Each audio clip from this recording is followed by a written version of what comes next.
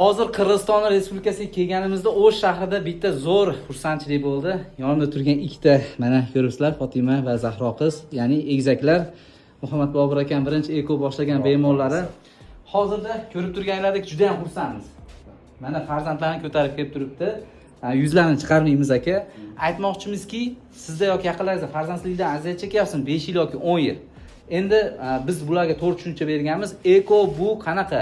Biz o'zingizni urug'ingizdan, o'zingizni farzandingiz, o'zingiz zurriyoti bo'lishiga biz aytamiz doim. 100% javob beramiz u narsani. Biror urug'ni ishlatmaymiz.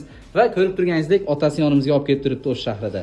Nima deysiz, Bobur aka? Xudo xolasa, xursand bo'ldim. O'zi hamma bola-chalar kelsa men to'lib ketadi. Mana bular biladi. Rostdan ko'pchilik bo'lgan. Menlar to'lib ketish kerak, bola-chalar kelsa mayli endi. Katta o'lishganda olib keladi. Ushbu videoda shu Qirg'izistondan borib natija qilayotgan do'stlaringiz yoki farzandsizlikdan aziyat chekayotgan yaqinlaringizga yuboring, chunki ularga ham berguchi